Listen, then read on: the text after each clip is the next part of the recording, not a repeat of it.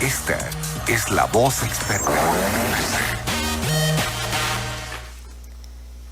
Gracias por continuar con nosotros en Noticias Morelos. Es martes y ya se encuentra con nosotros el maestro Omar Alexandro López Ortiz, la voz experta de todos los martes, Fórmula Jurídica. Maestro, un placer, un gusto tenerlo con nosotros. Muchas gracias, Tere, de verdad también es un gusto estar aquí en tu programa y saludar a todos tus radioescucha y provecho a los que estén comiendo.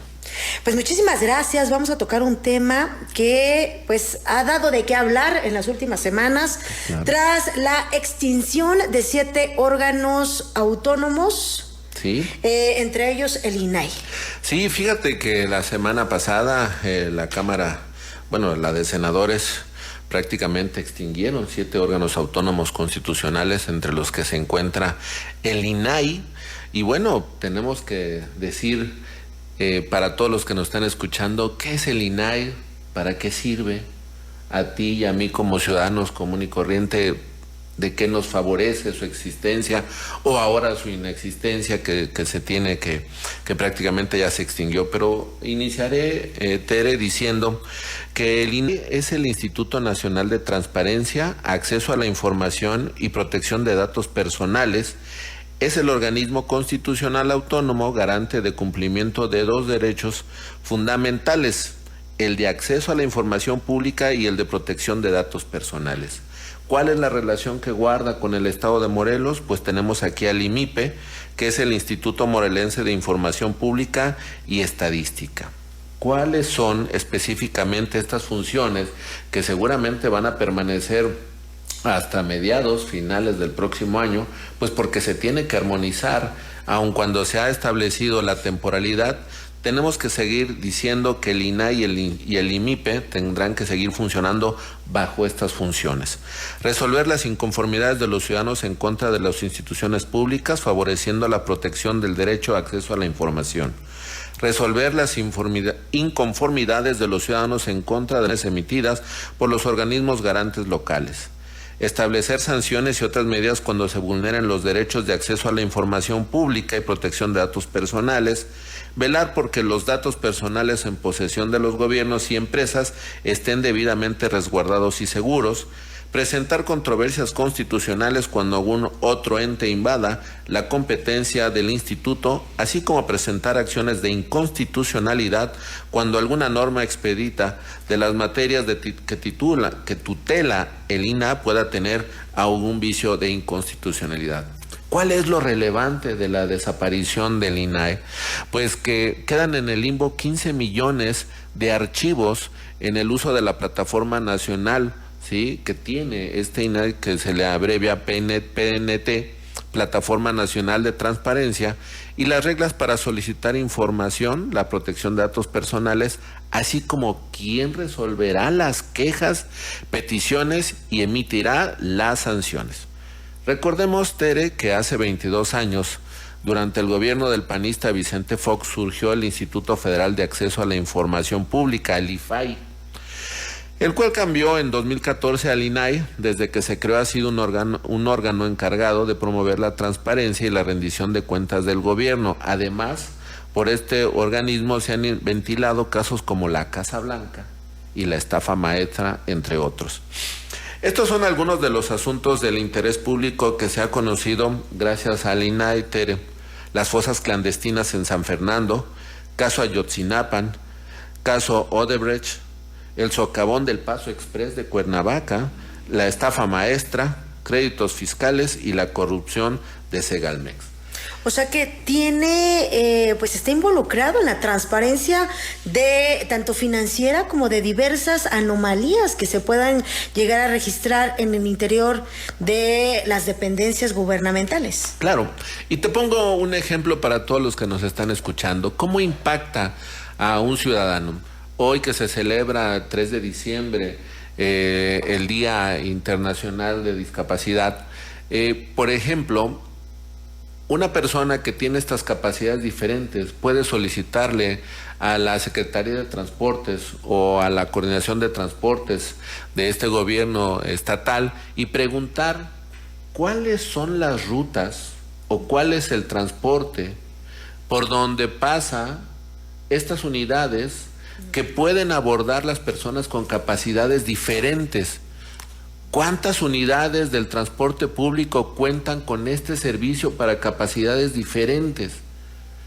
La Secretaría o la Coordinación de Movilidad de Transporte no ha difundido, no ha sociabilizado, por ejemplo, cuáles son estas capacidades para poder brindar a las personas que hoy día tienen esta necesidad de este transporte. Este es un ejemplo.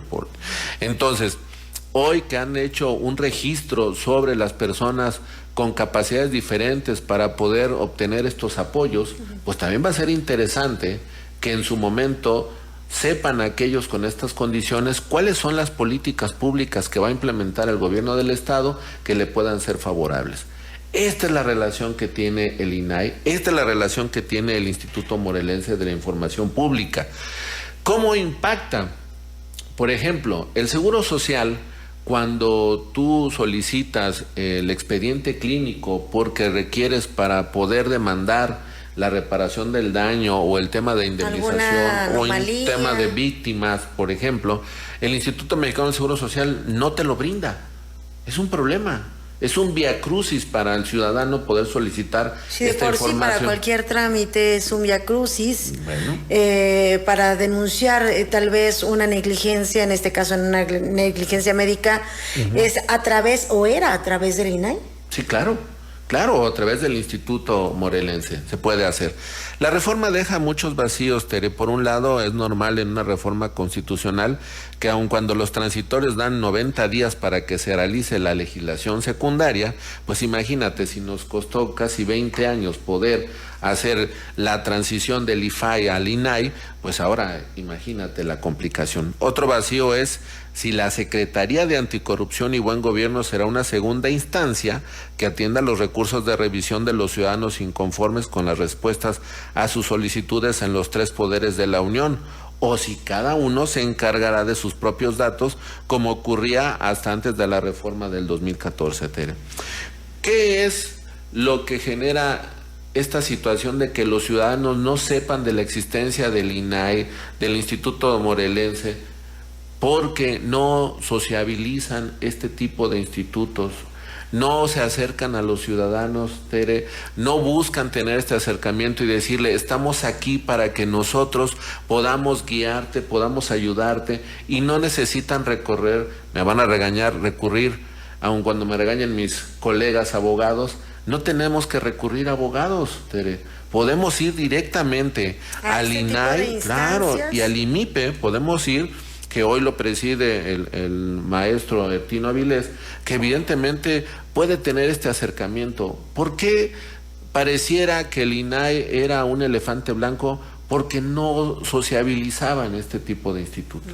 Si no le hacen llegar a la información a los ciudadanos, evidentemente no sabían de la funcionalidad o no conocíamos los alcances que pudiéramos llegar a tener al momento de recurrir a este tipo de organismo. Claro. Ahora, ¿cuál es la otra parte que nos preocupa? Es la Plataforma Nacional de Transparencia. ¿Por qué? Porque también falta definir si esta plataforma continuará siendo el mecanismo unificado que permita enviar solicitudes a todas las instituciones públicas del país, o si cada poder y cada entidad tendrá su propio sistema. Ello porque la plataforma, Tere, es la herramienta que se utiliza para que los ciudadanos ingresen solicitudes de información pública y de datos personales a los distintos sujetos obligados de los 3 órdenes de gobierno de México, como secretarías del Estado, órganos autónomos, partidos políticos, entre otros. En la plataforma no solo está el gobierno federal, están los gobiernos estatales y municipales con todas sus dependencias y fideicomisos. Esa información no es de la federación, es información o de los estados o de los municipios o de los órganos autónomos cuando se dicen que no está claro o quién se quedará con esta información.